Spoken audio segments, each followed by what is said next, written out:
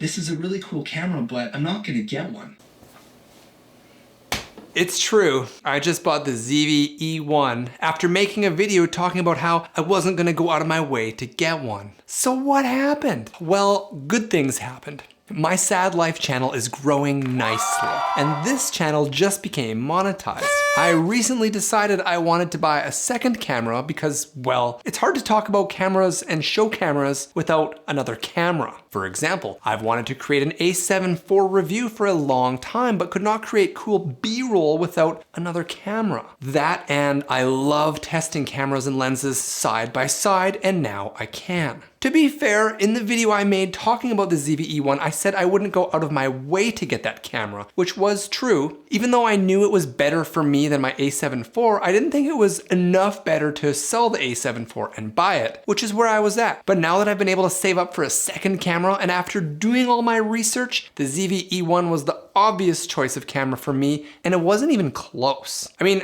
I'm not gonna lie, I'm still fascinated by Canon, but at the price point I'm at, they just feel so far behind Sony, I knew I would stick with the Sony ecosystem. Now, the a6700 just came out, which looks gnarly, and the a7C is coming out soon too, which I'll talk about in an upcoming video, but at the end of the day, I'm a video guy. Those are hybrid cameras. I'm tired of pretending hybrid cameras are good for video only guys like me. I bought the a7 IV at the time because the a7 III and the 4 had always been touted as the budget entry full frame YouTuber camera of choice. And I didn't really know what my needs were at the time, so I got one even though it's way beyond my skills. I have never once used my a7 IV's viewfinder or taken advantage of the weather sealed body, let alone the other plethora of features like dual SD card slots, full-size HDMI, etc. I don't even use video mode when taking my thumbnails, and I never crop in to take advantage of the high megapixel sensor. So why spend money on something that offers so many features, none of which I need?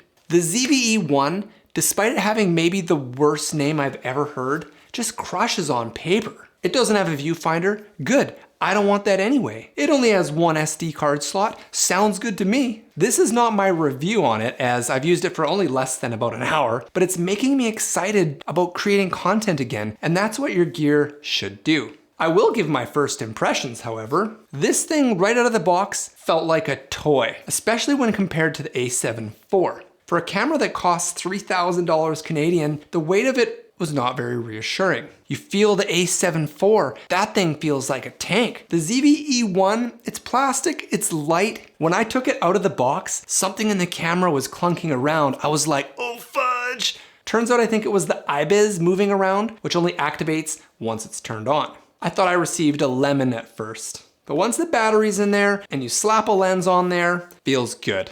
And it works great. I love the touch features and the extra swipe menus. Sony menus are notorious for being complicated, but the swipe ones on the screen seem like a really nice touch and give you almost everything that you need. Now I love where the buttons are. On my a7 IV, the menu button is on the other side of the camera, which makes it almost impossible for using with one hand. With this, I can power it on, use the menus backwards, and I can use the menu to go back all with one hand. I love that. Although the menu button is a little too sunken in, I wish it popped out more and had a better tactile click. The form factor is great. I will need to find the right lens with this, but it is small and makes you just want to take it with you and use it. The a7 IV is a beast, and I don't often lug it around because it's so cumbersome. This little ZV-E1 has all the internals of a monster camera, yet it feels like something you just want to have on you and use. I'm looking forward to really put this camera to the test, and I'm going to put it side by side with the a7 IV and test out all the features I can.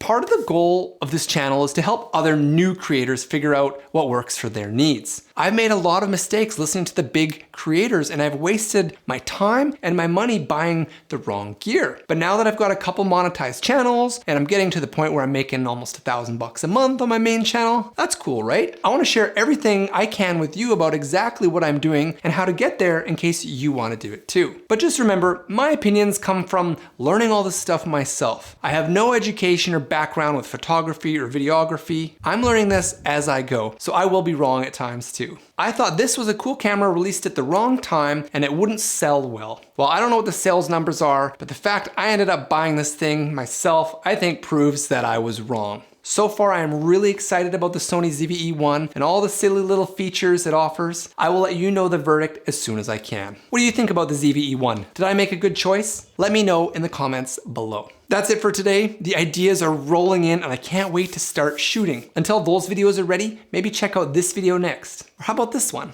As always, thanks for watching and we'll see you next time on the SAD Studio.